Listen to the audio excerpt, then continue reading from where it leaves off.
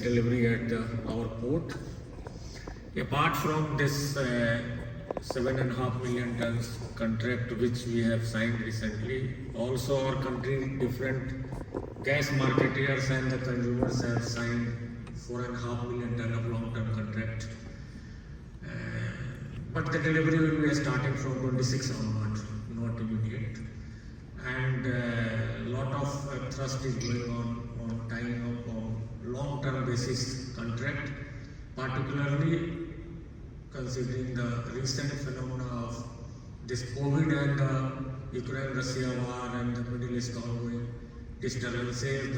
There was huge volatility in the LNG prices, and that disturbed the dynamics of utilization of LNG in the country. And there is of late realization that there should have a balanced portfolio of long-term and spot and mid-term contracts. So with that background in mind, a lot of long-term contract focus is there.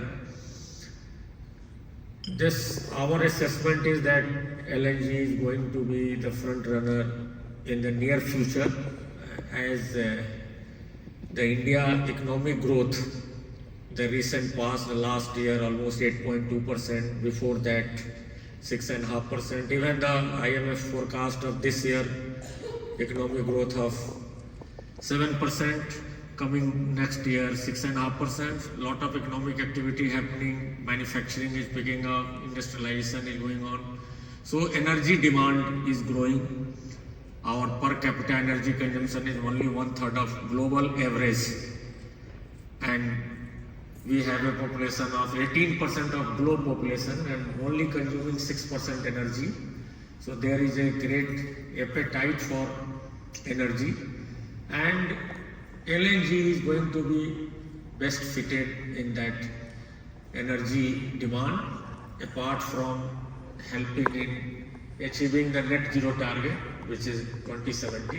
But definitely for India, coming 3 to 4 decades, the LNG and natural gas is going to play a major role, particularly with transition fuel, as we consume almost 56% coal, and to gradually replace coal, we need to have a less polluting fuel, and as we know that